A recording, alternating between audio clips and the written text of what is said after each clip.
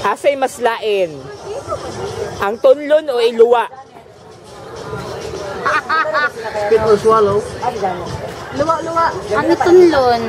Nga naman. Luod man god. Halang. Usa di mo pasabot. Na-comment.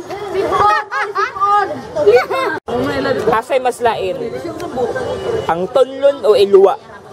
Ang tunlon. Nga naman. Ayaw dito pa. Usa mo pasabot.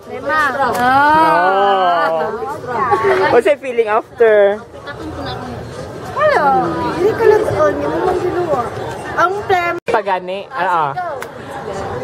pag na-legalize na ang paboto sa Davao karong January, nya magpaboto mo sa imong uyab.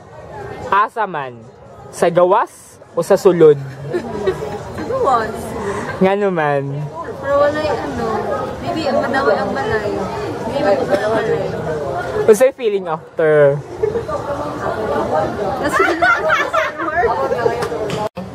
Kung na-legalize na ang paboto sa Davao karong January, nya magpaboto mo sa imong uyab. Sa gawas o sa sulod? Sa gawas. Nga naman.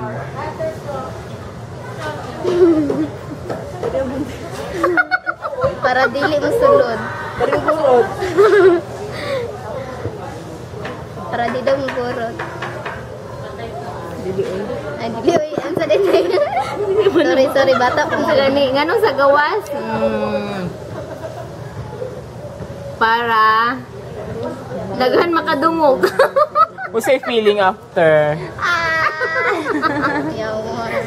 What's your feeling after?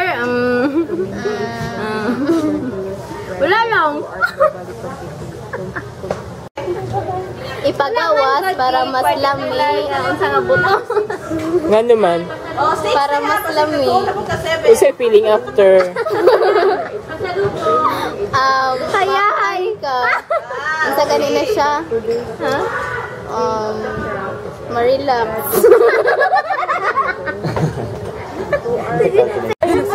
Kung malegalize na ang paboto sa Davao karong January, nya magpaboto mo sa imong uyab. Asa man? Sa gawas o sa sulod? Hi, ma'am. Sulod. Hala. Nga naman. Ma'am! Ha? What's your feeling after? Monday, ma'am. Okay lang? Ano po ka? Kung na-legalize na ang paboto sa Davao sa January, nya magpaboto mo sa imong uyab. Asa man? Sa gawas o sa sulod? Nga naman. Para ayos, tanaw. What's your feeling after? Atugon.